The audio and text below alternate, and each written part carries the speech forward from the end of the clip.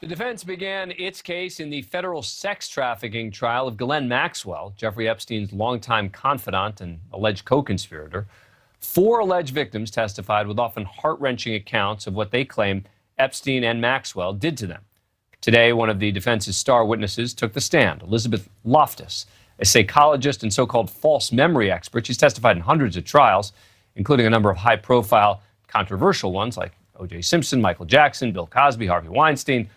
The defense hopes that her testimony might help convince the jurors that the memories of Epstein's accusers are unreliable. Les avocats de la défense de Ghislaine Maxwell ont choisi de s'appuyer sur la théorie fumeuse des faux souvenirs. Il s'agit là d'une tentative de saper et discréditer les accusateurs. Pour cela, ils ont fait appel à Elizabeth Loftus, professeure à l'Université de Californie, psychologue cognitive, spécialiste autoproclamée de la mémoire humaine et membre du conseil de la FMSF, False Memory Syndrome Foundation. Régulièrement appelée à la barre en tant qu'experte de la fiabilité de la mémoire, Loftus a participé au célèbre procès de l'école McMartin.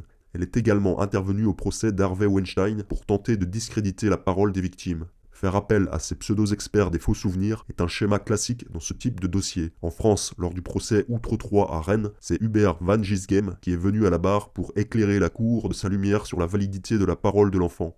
Il y a quelques jours, à New York, Elizabeth Loftus a quant à elle expliqué aux jurés que ses recherches l'avaient poussé à conclure que le fait d'être exposé à des faussetés pouvait conduire des gens à former des faux souvenirs qu'ils considèrent comme réels. Au fur et à mesure que la mémoire s'amenuise, elle devient plus vulnérable à la contamination, a déclaré Loftus en réponse à une question de Bobby Sternheim, une des avocates de Ghislaine Maxwell. Les gens deviennent la proie de la désinformation, ça devient leur mémoire, a-t-elle ajouté. Il est évident que les avocats de la défense se serviront de ces théories sur les faux souvenirs lors de leur plaidoirie finale. Étonnamment, l'experte Loftus n'a commenté aucun des témoignages de la poursuite, qui ont pris fin vendredi dernier par celui d'Annie Farmer. Les procureurs fédéraux avaient demandé en vain à la juge Alison Nathan de refuser à la défense le droit d'appeler la professeure Loftus à la barre. Lors de leur contre-interrogatoire, ils ont mis en cause l'intégrité de cette experte en laissant entendre que son témoignage pour la défense était inspiré par la soif du gain. Loftus a alors admis être payé $600 de l'heure par les avocats de Ghislaine Maxwell.